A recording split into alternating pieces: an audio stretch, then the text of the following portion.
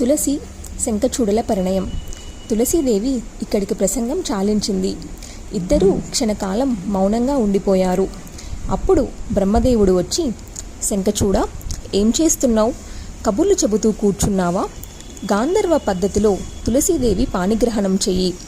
నువ్వు పురుషరత్నానివి, ఈవిడ స్త్రీరత్నం. నెరజానకు నెరజానతో కలయిక ఆనందప్రదమే కదా. నిర్విరోధంగా లభించే ఉత్తమ సుఖాన్ని ఎవరైనా వదులుకుంటారా? అలా వదులుకునేవాడు శుద్ధ పశువు. కాంతామణి, ఇంకా ఎన్ని పరీక్షలు పెడతావు? ఎంతసేపు పరీక్షిస్తావు? ఇటువంటి గుణవంతుడు కోటికొక్కడు కూడా ఉండడు. దేవదానవులను జయించిన మహావీరుడు.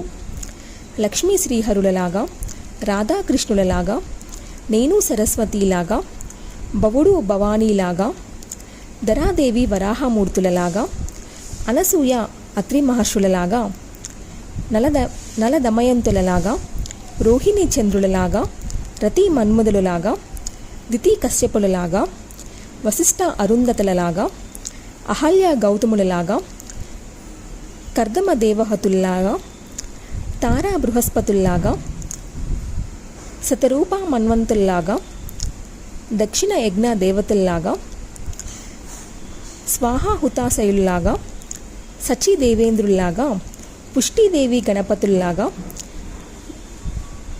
దేవసేన షణ్ముఖుల్లాగా, తులసి శంఖచూడులు మీరిద్దరూ దంపతులై సౌభాగ్య సంపదలతో వర్ధిల్లండి. సుఖ సంతోషాలను యథేచ్ఛగా అనుభవించండి. అటుపైన గోలోకం చేరుకుందురుగాని. తులసి, నువ్వు అప్పుడు కృష్ణ పరమాత్మను కలుసుకుందువు గాని అన్నాడు. నారాయణ మహర్షి ఇంతవరకు చెప్పి కాసింత విశ్రాంతి తీసుకున్నాడు. నారదుడు మళ్ళీ మొదలుపెట్టాడు. మహర్షి, నాకన్నీ సందేహాలే, అన్నీ సంశయాలే. నీ వంటి జ్ఞాని దొరికినప్పుడే అన్నీ తీర్చేసుకోవాలి. విసిగిస్తున్నాను అనుకోవద్దు. చాలా విచిత్రమైన ఉపఖ్యానం చెప్పావు. ఇలాంటివి ఇప్పటికి చాలా చెప్పావు. అయినా నాకు తృప్తి కలగడం లేదు. తులసి శంఖచూడుల కథ అటుపైన ఏమైంది? ఆ విశేషాలు వినాలని ఉంది అని అడిగాడు. నారాయణుడు గొంతు సవరించుకొని మిగతా కథ చెప్పనారంభించాడు. నారద, బ్రహ్మదేవుడు అలా ఇద్దరినీ ఆశీర్వదించి తన లోకానికి వెళ్ళిపోయాడు. తులసి శంఖచూడులు గాంధర్వ వివాహం చేసుకున్నారు. దేవలోకంలో దుందుబులు మ్రోగాయి. పారిజాత పుష్టవృష్టి కురిసింది. వివిధ శృంగార క్రీడల్లో తేలి ఆడారు. తులసీదేవి నవసంగమ సమూర్ఛిత అయింది. నీరులేని సుఖసాగరంలో మునిగి తేలింది. కామశాస్త్రంలో చెప్పిన చతుషష్ఠి బంధువేష విశేషాలతో ఆ రసిక దంపతులు కలయిక నిత్య నూతనంగా అనుక్షణ మధురంగా సాగింది. అంగ ప్రత్యంగ సంశ్లేషాలతో, సర్వాంగ చుమ్మనలతో, ప్రణయ కలహాలతో, పరస్పర సాంత్వనాలతో, పుష్పోద్యాన నదీ తీరాలలో, పొదరలలో, చందన చర్చలతో నిర్విరాంగంగా వారి సంభోగ శృంగారలతిక చిగురులు తొడిగింది. లీలా విలాసాలతో తులసీదేవి, రాసిక్య వైభవంతో శంఖచూడుడు పరస్పరం మనసులు దోచుకున్నారు. కౌగులింతలకు చందన చర్చలు పేటులెత్తాయి. స్వేదజలానికి సింధూర తిలకాలు చెమ్మగిల్లాయి. నకక్షాలతో, దంతక్షాలతో తులసీదేవి సర్వాంగినిగా చిగురించిన తీగలాగా ఉంది. శంఖచూడుడి గుండె మీద, భుజాల మీద క్షతాలతో పాటు తులసీదేవి ధరించిన కంకణ ఆభరణాల ఒత్తుకొని గుర్తులు ఏర్పడ్డాయి. ఆలింగిన, చుంబన, జంగాది మర్దనలతో, కన్వింపులతో, కొసరింతలతో, బెదిరింపులతో, చిరునవ్వులతో, నిట్టూర్పులతో, తాంబూల సేవలతో, పల్లటీకుతలతో, సంస్కార సంపన్నమైన శృంగారానుభవంతో రేయింబవళ్ళు సంతృప్తి చెందుతున్నారు. ఏ పూటకాపూట విలువైన వస్త్రాలు, ఆభరణాలు, సుగంధానులేపనాలు, పుష్పాలంకరణలతో పరస్పరం కన్నుల పండగలు చేసుకుంటున్నారు. జర రోగహరమైన పారిజాత కుసుమాన్ని, అమూల్య రత్నాంగులికాన్ని, త్రికూల దుర్లభమైన అనర్ఘ్యమణిని తులసీదేవి శంఖచూడికి బహుకరించింది. నీ దాసిని నేనని మాటిమాటికి పలవరిస్తూ భక్తిగా పాదాభివందనం చేసింది. శంఖచూడుడు లేవనెత్తి గుచ్చి కౌగిలించుకున్నాడు. నేనే నీ దాసుణ్ణి అన్నాడు. వరుణదేవుడి నుంచి జయించి తెచ్చిన అమూల్య వస్త్రాలను, త్రిలోక దుర్లభమైన రత్నమాలికను, మంజీరాలను, కేయూర కుండలాలను, కంకణాంగులీయకాలను, విశ్వకర్మ ఇచ్చిన అపూర్వ శంఖాన్ని, పద్మపత్ర నిర్మితమైన శయ్యను తులసికి బహుకరించి ఆమె చుమ్మకం పట్టుకొని ముఖం పైకెత్తి కళ్ళల్లోకి చూస్తూ చిరునవ్వులు కురిపించాడు. ముద్దులతో నింపాడు. కబరీబరంలో మాంగళ్య భూషణాన్ని అలంకరించాడు. చందన కుంకుమ బిందు నిర్మితమైన మకరీకా పత్రాలను చెక్కెళ్లపై చిత్రించాడు. సింధూర తిలకం దిద్దాడు. నల్లని జుట్టు మధ్య అది దీపంలా వెలిగిపోయింది. పాదపద్మాలకు లతుక, గోళ్లకు రంగు తీర్చిదిద్ది ఆ పాదాలను తన గుండెలకు హత్తుకొని దేవి నీ దాసుణ్ణి అంటూ మైమర్చి పలవరించాడు. మెల్లగా కౌగిలించుకున్నాడు. గుండెలపై పరుండబెట్టుకున్నాడు. ఇలా ఎంతకాలం గడిచిందో వారికే తెలీదు. ఒకనాడు ఎందుకనో ఇద్దరూ కలిసి ఆ తపోవనాన్ని విడిచిపెట్టేసి మలయ పర్వత సీమలకు వెళ్ళిపోయారు.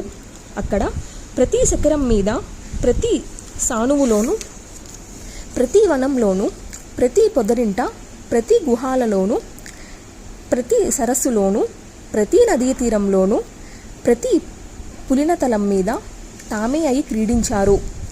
పుష్పభద్రా నదిలో జలక్రీడలు సాగించారు. అటు నుంచి గంధమాదనం మీద మరికొంతకాలం వినోదించి నందనంలో విహరించారు. చంపక, కేతకి, మాలతి, కుంద, కుముద వనాలలో ఆనందించారు. ప్రతి కల్పవృక్ష ఛాయల్లోనూ నిర్జన కాంచన శిఖరాల మీద వలపులు పండించుకున్నారు. పుష్కోకిల కులుకూజితాలతో, గుండు తొమ్మెదల ఝంకారాలతో కోరికలు తీర్చుకున్నారు. అయినా కామం చల్లారలేదు. ఆజ్యం పోసినట్టు కామాగ్ని మరింతగా ప్రజ్వరిల్లింది. దానవేంద్రుడు శంఖచూడుడు తులసీదేవితో తన రాజధానిలోకి ప్రవేశించాడు. మనోహర కేలీ మందిరం కనిపించి అందులో ఇద్దరు ఆనందించారు. అక్కడి నుంచే ఆ ప్రతాపశాలి సాధారణ పరిపాలన సాగించాడు. ఇలా ఒక మన్వంతరం గడిచింది. ఇంతకాలము దేవ దానవ సంగ్రామాలు లేవు. అందరూ హాయిగా ఊపిరి పీల్చుకున్నారు. దానవ వీరులు తమ తమ ఇంద్రాలతో ఆనందాలు అనుభవిస్తూ ఉన్నారు. దానవుల చేతిలో పరాజితులై స్వర్గలోకాన్ని, అధికార భోగభాగ్యాలను కోల్పోయిన దేవతలు భిక్షకులై సంచరిస్తున్నారు. వారంతా గుమ్మికూడి బ్రహ్మదేవుడి సన్నిధికి వెళ్ళారు. తమ దుస్థితి విన్నవించి గొల్లుమన్నారు. బ్రహ్మతో కలిసి కైలాసానికి వెళ్ళి శివుణ్ణి తీసుకుని వైకుంఠానికి వెళ్ళారు. అది వైకుంఠం అత్యంత దుర్లభం, పరమపదం, జరామృత్యుహరం. దాని ద్వారం దగ్గర ఇరువైపులా ద్వారపాలకులున్నారు. రత్న సింహాసనాల మీద కూర్చుని ఉన్నారు. రత్నాభరణాలతో, పీతవస్త్రాలతో వనమాలికాలంకృతులై సాక్షాత్తు విష్ణుమూర్తిలాగా శ్యామసుందర విగ్రహులై, చతుర్భుజులై, గదా శంఖ చక్ర పద్మదారులై, పద్మనేత్రులై, హసన్ముఖులై కావలి కాస్తున్నారు. బ్రహ్మదేవుడు తమ రాకను, కారణాలను వారికి వినిపించాడు. వారు అనుజ్ఞ ఇచ్చారు. ఆ మీదట అందరూ లోపలికి ప్రవేశించారు. ఇలాంటి ద్వారాలు వరుసగా 16 ఉన్నాయి. అంతటా ఇదే పరిస్థితి, ఇదే అవస్థ. అన్నీ గడిచి ప్రధాన సభామండపం చేరుకున్నారు. అక్కడ శ్రీమన్నారాయణుడు దేవర్షి పరివృతుడై కొలువు తీరి ఉన్నాడు. చతుర్భుజులు నారాయణ స్వరూపులు కౌస్తుబాలాంకృతులై ఆయన పార్షదులు పరివేష్టించి ఉన్నారు. ఆ సభామంటపం చతురస్రాకారంలో ఉంది. చంద్రమండలంలాగా వెన్నెలను వెదజల్లుతుంది. మణిమయ హారాలు తోరణాలుగా వేలాడుతున్నాయి. అంతటా రత్నాలు పొదిగారు. శ్రీహరి కేవలం ఇచ్ఛామంతంతో సృష్టించినట్టుంది. ఎటు చూసినా మేలిమి ముత్యాల అలంకరణలు. నేలంతా మణికుటిమం జలభ్రాంతిని కలిగిస్తుంది. 4 వైపులా గోడలకు మండలాకార మణిదర్పణాలు, మధ్య అపూర్వంగా చిత్రరేఖలు, పద్మరాగములతో శిల్పం చెక్కిన పద్మాలు, వాటి మీద ఎగురుతున్నట్టు ఇంద్రనీలమణులతో తుమ్మెదలు, చుట్టూలో లోపలి తట్టునే శమంతకమణులతో నిర్మించిన విశాల సోపాన నేశ్రేణి, ఇంద్రనీలమణి స్తంభాలు, ప్రతి స్తంభం దగ్గర రత్నమయ పూర్ణ కుంభాలు, వాటి నుంచి పట్టుదారులతో పాకిస్తున్న చందన లతలు, వాటికి చిగుళ్ళు. సభామంటపానికి వెలుపల పారిజాత వృక్షాలు, వాటి పరిమళం చల్లగా మెల్లగా అంతటా వ్యాపిస్తుంది. లోపల కస్తూరి, కుంకుమ, చందనాగురు సుగంధాలు వీటితో పోటీ పడుతున్నాయి.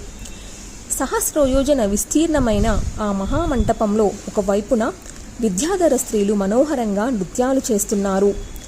మంద్రస్వరంతో విద్యాధరులు నేపథ్యగానం అందిస్తున్నారు. భవనానికి లోపల వెలుపల ఆయుధపాణులై హరికింకరులు కావలి కాస్తున్నారు. ఆ సభామండపానికి మధ్య భాగంలో శ్రీహరి చుక్కల్లో చంద్రుడిలాగా వెలిగిపోతున్నాడు. అదొక సింహాసనం, అమూల్యరత్న సింహాసనం. దానిమీద శ్రీహరి కిరీట, కుండలి, వనమాలి, చందన చర్చిత నీల శరీరుడు, చేతిలో కేళీ పద్మం, ఎట్ట ఎదుట నృత్య గీతాలను ఆస్వాదిస్తున్నాడు. చిరునవ్వులు ఆరబోస్తున్నాడు. శాంతస్వరూపుడై ఉన్నాడు. లక్ష్మీ సరస్వతులు పాదాలు ఒత్తుతున్నారు. తాంబూలం సేవిస్తున్నాడు. ఆ పరిమళాలు వ్యాపిస్తున్నాయి. గంగాదేవి తెల్లని వింజామర వీస్తుంది. సభాసదులందరూ భక్తి వినమ్రులై స్తోత్రపాఠాలు చేస్తున్నారు. పరిపూర్ణతుడైన ఆ ప్రభువును దర్శించి బ్రహ్మేశాన దేవతలందరూ శిరస్సు వంచి నమస్కరించారు. బహుదా స్తుతించారు. అందరి తనువులు పులక కిరుతాలే, అందరి గొంతులు భక్తి గద్దగాలే, అందరి కన్నులు అశ్రుజల పూర్ణాలే. జగద్విత్వాత బ్రహ్మదేవుడు మరింత చేరుక వెళ్ళి శిరసున అంజలి బదంతో వినయంగా వంగి నిలబడి మెల్లగా